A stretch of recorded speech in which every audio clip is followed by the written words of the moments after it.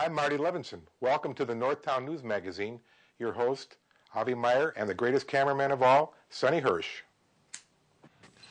Hi, Avi Meyers here. Welcome to the Northtown Neighborhood News Magazine, a presentation of Sonny Hersh and myself. Thanks to Sonny Hersh and my entire technical crew. Dial us up on the World Wide Web at www.ntnm.org,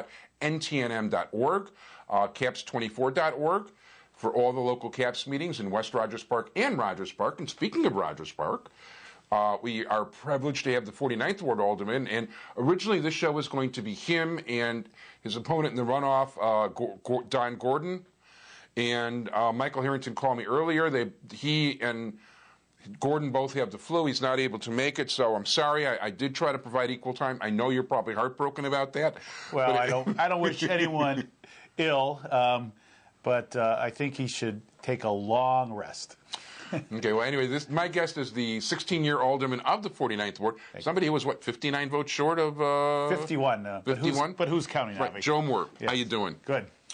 So, so April 17th, it should have been Groundhog's Day at this point, 6 weeks to, he saw his shadow, we got a runoff. That's right. We do indeed. But I welcome the opportunity to meet with the voters and, remind them of my record and talk about my vision for the future. So I'm energized and off and running, and look forward to a victorious April 17th. Okay, well, tell us why people should vote for you.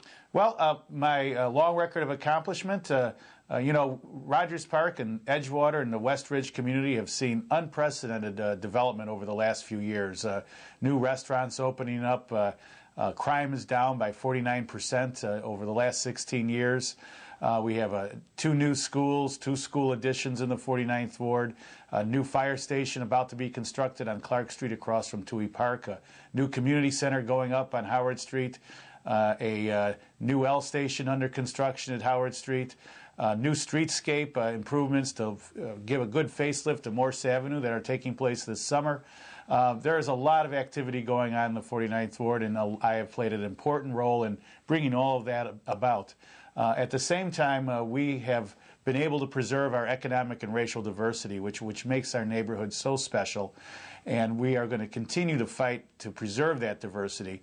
One of the downsides with all this economic development and revitalization is we have rising property values, which means housing costs are going up, and we are fighting every day to preserve affordable housing in our community to make sure that our community continues to remain home to people of all walks of life, of all economic circumstances, and of all racial and ethnic heritages. Now, of course, that's one thing that some of your opponents did criticize you on is there's too much development. What do you have to say about that?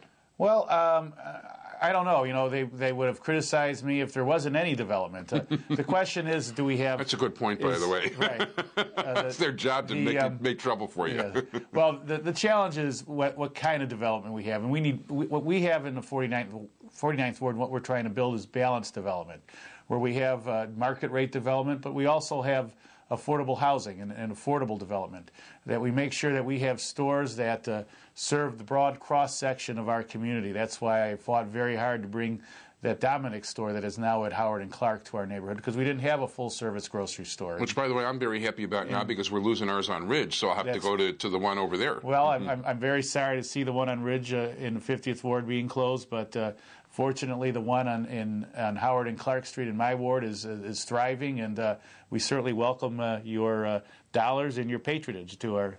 I'm talking... Right, no, I political understand. Patronage, but not getting anything wrong. I don't have any political patronage. Your dollars to spend at our businesses, including our Dominick's on Howard and Clark. By the way, despite some of the things you'll read about me on the web, on these blogs, which is actionable libel, by the way, by the way, you've gotten more than your share also. Oh, sure. I don't do any business with the city of Chicago, and I don't do any business at all with any of the aldermen. I do run a Jewish paper before the national, state, and county elections, and I send a letter to all the people running to put in ads, and if they do, they do, and if they don't, they don't. I don't even have an ad salesman. I just want to point that out.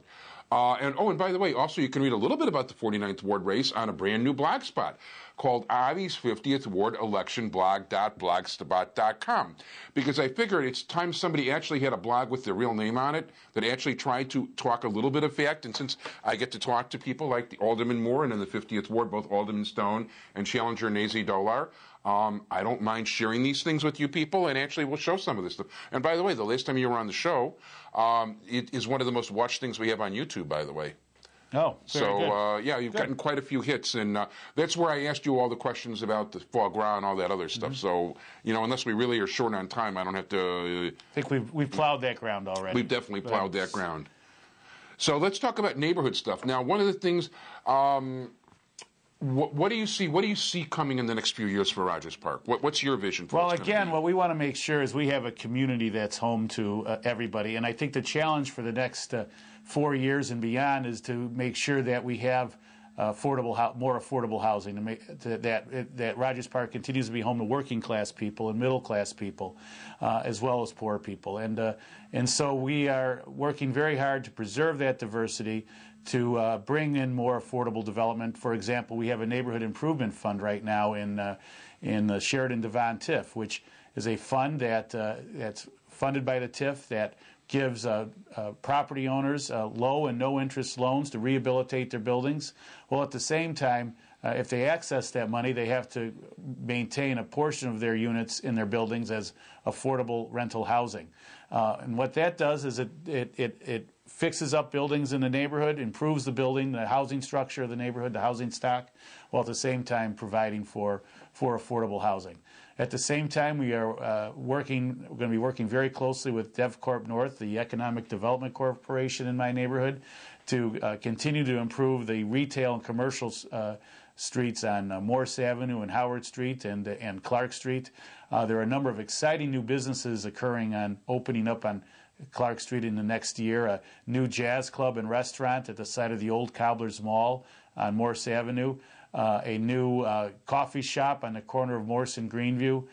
2 new condo developments are going in on Morse Avenue, including one that's replacing a bar, the Top Hat Lounge, and putting in a place that has condominiums and a sandwich shop on the first floor.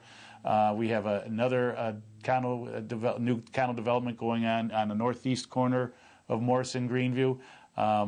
And we've got a number of new thriving businesses that have opened over the last few years. The Morseland on Morse Avenue is doing gangbusters business. A new burgeoning arts and entertainment complex right there at Morse and Glenwood with the Heartland Studio and the Red Line Tap and the Heartland Restaurant doing better than they ever have before. It's really an exciting time, Avi, in Rogers Park in the 49th Ward. So we want to continue to push ahead with that revitalization while at the same time preserving our economic and racial diversity. Now, which would be a nice thing. Let me ask you: you've got a police camera by the Morse L over there. How's it doing? What kind of effect does it have? That had a very positive effect. I fought very hard to get that camera there to try to curb some of the antisocial activity and criminal activity that was occurring on Morse Avenue, and as a result, crime in the beat that includes the Morse Avenue beat 2431 has dropped over 10%, double digits 2 years in a row. That's great. And it's attributable in part to the camera, in part to aggressive police work, because we've had 2 major drug busts in the immediate area, and also to a very effective community policing initiative. One of the biggest... Can I ask who the coordinator is there? Kevin O'Neill. Oh, I know Kevin, sure. Yeah. And one of the problem buildings right there at Morse Avenue at Morse and Glenwood is now in strategic task force, and they have now, through a court order, are now required to have off-duty police officers as security guards. They've evicted a lot of the troublesome tenants, and the building has improved tremendously. We still have some work to go, not only in that building, but all along Morse Avenue, but we're making incredible gains. Oh, that sounds good. Let me ask you this. In terms of, now, we have a couple of cameras coming into our neighborhood at Devon and Rockwell and Devon and Sealy. The camera on Morse has a flashing blue light. That's right. Okay.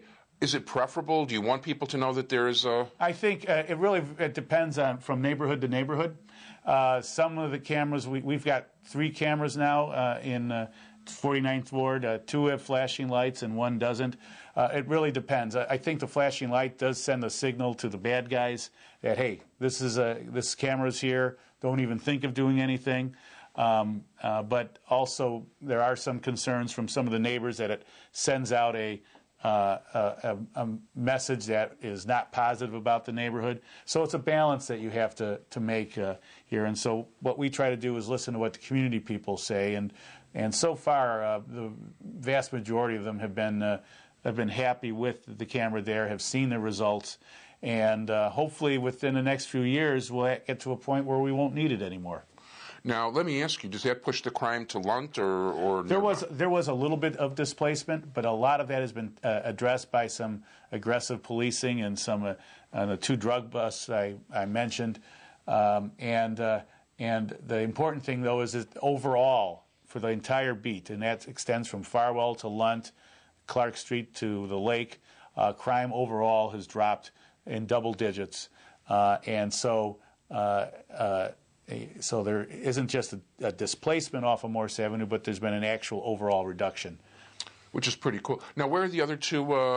The other 2, one is located on Howard Street at Ashland. It kind of looks over the Gale Park that was there, and when it went up a year ago, and last summer was a much quieter summer in Gale Park.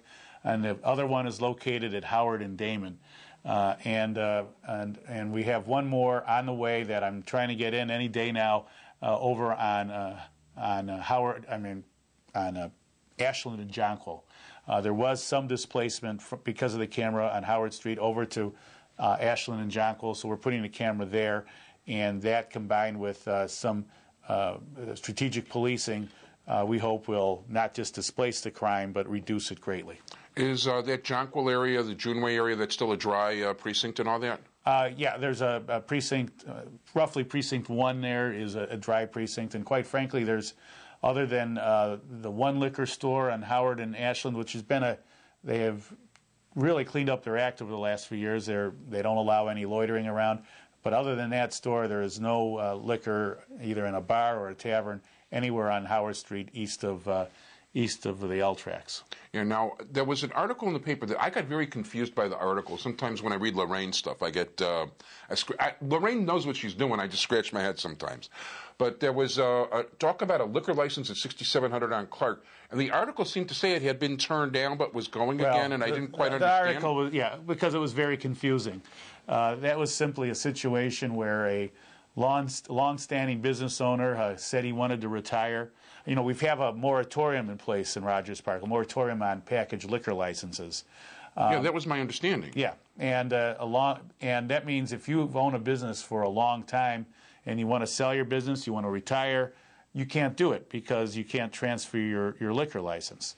So this gentleman came in and he said he wanted to sell his business to someone else but couldn't because of the moratorium. So I said, well, if this is a good business owner and it meets with the approval of the community, I will lift the moratorium in that section to allow you to sell your business to this gentleman. But first we have to find out if he's a good owner. Well, we did some research. We found out he had a good reputation in the other communities he had a liquor license in. But we also went to the community, and we had 2 community meetings where we had community residents come out and meet the proposed new owner. First time out, we put him on probation, and we gave him a 6 months probation. We said, the previous owner holds the license, but you operate the store, and we'll see how you do. Well, he cleaned up the store. He put new lights outside. He called police whenever there was any sign of trouble. He did everything you could ask an owner to do. So we had another community meeting, and the decision was made at that time that they felt he had abided by his agreement, and so we he was able to get the license. And now we've reimposed a moratorium, so there won't be any additional liquor licenses. That answers my question. At this point, you should give your contact information because Mickey's hands are getting in the right direction. Uh-oh. All right. Well, you can reach me if you are on the web at ward49.com.